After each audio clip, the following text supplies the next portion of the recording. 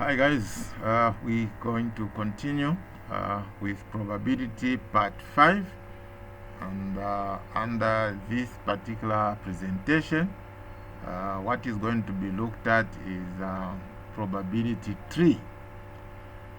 When you are dealing with probability tasks that involves a number of repetitions or a number of experiments in a row, they are better handled by using probability tree. That's the more reason why I've presented this particular video, so that you may understand how that is applied. Probability problems normally, as I've said, involves sometimes several a series of experiments or trials. And in this particular case, just to emphasize, a probability tree would be handy. So you can see, you're going to see how this is simplified, or this simplify the problem. To start with, I need to look at how do you come up with a structure for the probability tree diagram. So a number of points need to be considered for a probability tree diagram, and that is in the nature of knowing that a probability tree will have a node which is a starting point, and then this node can flare into branches, and then you also have outcome signs and their probability values on the branch line. And then we are going to see that a path is made up of branches read in a sequence from the state of the diagram up to the end of each path. And also what we are going to be seeing is a guided approach, where we have events composed of two or more branch outcomes of a path written at the end of the same path. So that's what we are going to see in the structure of a probability tree diagram. Let's look at an example so that it helps us learn how to prepare a probability tree. Let's assume that we have a fair coin which is tossed 3 times, and we are asked to find the following probabilities. 1, probabilities of getting all 3 heads. Probabilities of getting all 3 I meant to say tails. The first one is head, the next one is tails. Let me just correct that one. It's tails. Okay, tails. Okay. And then see the probability of getting 1 tail and 2 heads. How do we handle that? Okay. So you can see that it involves a number of experiments or trials, particularly 3 experiments or 3 trials. That's what we are given to understand by this particular question. So we need a probability tree to simplify how we are going to handle this particular challenge. So what you should know is that given that you have this type of scenario, we can come up and show the probability tree in this manner. Probability tree in this manner. Okay, so here we are. So we have the start point here where the branch just starts, the origin. So we are talking about a fair coin. We are talking about a fair coin in this example. A fair coin is tossed 3 times. A fair coin is a coin that is not biased, meaning that in this particular case, the 2 sides of the coin are made up of one side a head, the other side a tail. So which means that if it's a fair coin, then the chance that a head or a tail comes up is equiprobable. Then we can say it is a fair coin. Okay, so each one has a fair chance of coming up as a head or coming up as a tail. So that's what we call a fair coin. It's not biased. So now let's look at this particular tree, the build up. So it means that when we toss a coin, it can either be a head or a tail, and the probability of getting a head is 1 out of the 2 possible outcomes, which is head and tail. So it would be 1 out of 2, so which is half. Equally, the chance that you are going to get a tail is 1 over 2. So that's the first one. So the first trial is going to show this possible outcome, either a head or a tail. Then let's suppose it was a head. You toss it again for the second time. Again, the outcome can be either a head or a tail. Again, in this particular case, the probability is half in each case. So if it is a head, you toss it. Again, the outcome, the possible outcome is either a head or a tail. So that's how you show these branches. Okay, that's how you show these branches. So you can have a possibility that the first toss is a head, followed by a head, followed by a head. It means that you are looking at the first branch, which is showing head, head, head.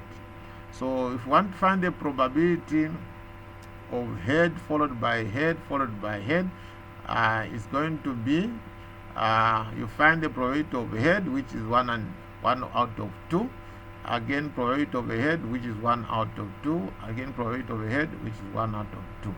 Remember, in the areas videos, lecture videos, I did mention the rules of probability, where in the statement, if you are given that an event is followed by another event, followed by another event, as long as showing that an event is following, then you multiply the two probabilities. That's why the probability that you get a head followed by another head followed by a head, then it will be half, which is the probability of head, multiplied by half the probability of the second head, again multiplied by half the probability of the third head. So it will be 1 times 1 times 1, which is still be 1. As you can see here, it will still be 1, and the bottom would be 2 times 2 times 2, which is going to be 8. Meaning that the probability of head followed by head followed by head is going to be 1 over 8. So that's how you solve the first probability. Probability of getting all 3 heads into 1 out of 8, given the probability tree as it is shown here. What of if you have a probability tail followed by a tail followed by a tail? So it's tail, tail, tail. Probability of tail, tail, tail is equal to, you multiply the probability because they are following each other. Tail followed by a tail followed by a tail. So meaning that you have half times half times half. Again, it will give us a probability of 1 out of 8. 1 out of 8 is the probability, the final probability of having all 3 heads. When you toss the coin 3 times, it's the fair coin. Okay, so now that is the answer to the second probability question. Then the third says probability of getting 1 tail and 2 heads. 1 tail and 2 heads. So let's look at that. Probably getting 1 tail and 2 heads. So you have 2 possibilities, 2 branches, which give us the outcome of 2 heads and 1 tail. So you have head, head, tail, and you have head, tail, head. So you start with 1 in this particular case. The probability of getting 1 tail and 1 head can be either be probability HHT, or it can be probability HTH. Okay, so when it comes to mathematical statement, in this case, this we're going to write it like this. This one is going to be probability HH tail, or it can be probability H tail H. Okay, that's what we have in this case. Okay, so meaning if you go back to the probability tree, what I've stated is shown here. You can either have this root or this branch where you have we have H tail, or this branch which starts with HTH. Okay, so you have this second row or third row, what we are going to use. So that's what we have, is either this one or this one, either HHT or HTH. So I did mention in the earlier presentation that in probability, when there is a choice or there is the inclusion of or, either this or that, then you add the probabilities. So in this particular case, what we are going to do is we look at probability HHT. In this case, probability HHT ends up with probability HHT ends up with probability HH ends up with I use this one, 1 divided by 2 multiplied by 1 divided by 2 multiplied by 1 out of 2. Okay, so this is the first part. This is the first part, which is showing the probability of head is half, probability of head is half, probability is half. So head is half times half times half. This is one. Then when you say or, you actually add it denotes that you're supposed to add. So again here, probability head is 1 out of 2 times probability tail is 1 out of 2 times probability head is 1 out of 2. Okay, so that's what we have here.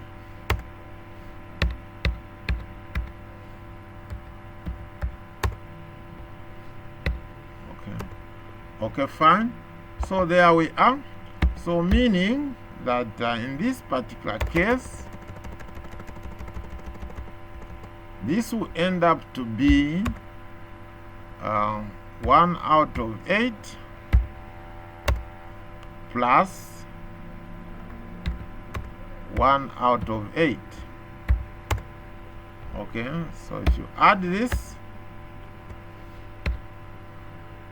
it will give you 2 out of 8, or indeed 1 out of 4. Okay, so that's the probability, which can be represented in decimal form as 0.25.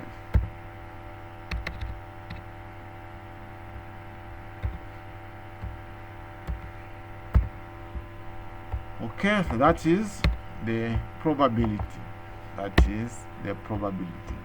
Now, that's how you handle the probability tree. To simplify matters, it gives you a diagrammatical presentation which is easy to follow, so that you see what exactly is happening.